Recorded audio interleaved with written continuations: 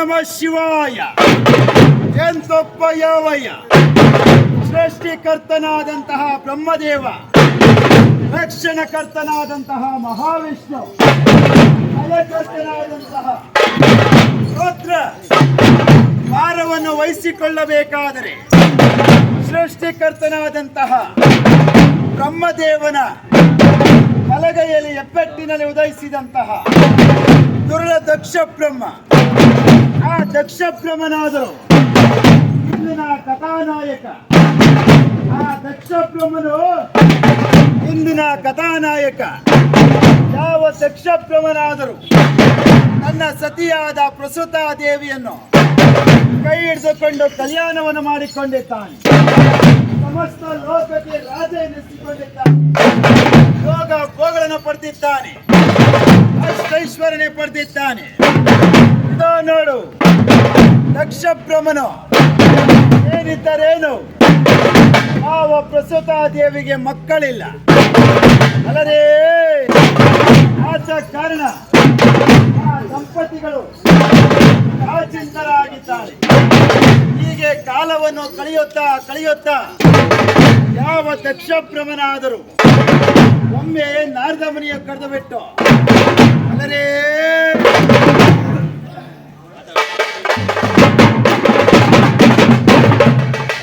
ಬಲರೇ ರುದ್ರ, ಒಮ್ಮೆ ನಾರದ ಮುನಿಯ ಕರೆದು ಬಿಟ್ಟು, ಏ ನಾರದ ಮುನಿಯೇ, ಇದೋ ನೋಡು, ಯೋಗ ಭೋಗವನ್ನು ಪಡೆದಿದ್ದೇನೆ, ಅಷ್ಟೈಶ್ವರ್ಯ ಪಡೆದಿದ್ದೇನೆ. ಸಮಸ್ತ ಲೋಕಕ್ಕೆ ನಾನು ರಾಜ. ಏನಿದ್ದರೇನು ನಾರದ, ನಮಗೆ ಮಕ್ಕಳಿಲ್ಲ ನಾರದ.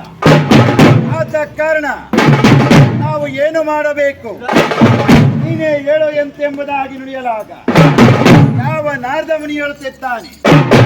ಕೆಲವೋ ದಕ್ಷ ಬ್ರಹ್ಮ,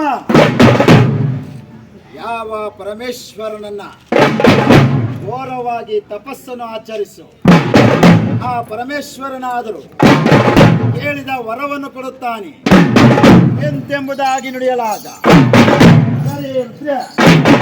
ಯಾವ ದಕ್ಷ ಬ್ರಹ್ಮನಾದರೂ ನಾರದನ ಮಾತಿನಂತೆ ಶಿವಗಳಿಗೆ ಶಿವ ದಿನವೊಂದು ಶುಭ ಮುಹೂರ್ತದಲ್ಲಿ ಆ ಅರುಣೋದಯಲ್ಲಿ ಯಾವ ದಕ್ಷ ಬ್ರಹ್ಮನಾದರೂ ಪರಮೇಶ್ವರನನ್ನು ಧ್ಯಾನವನ್ನು ಮಾಡುತ್ತಿದ್ದಾನೆ.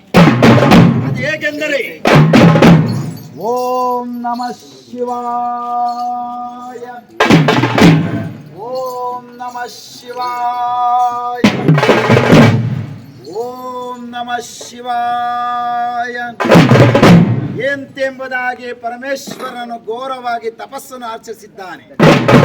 ಪರಮೇಶ್ವರನಾದರೂ ದಕ್ಷ ಬ್ರಹ್ಮನ ಕಂಡು ಯಾವ ದಕ್ಷ ಬ್ರಹ್ಮನ ಪರಮೇಶ್ವರನು ಬರುತ್ತಿದ್ದ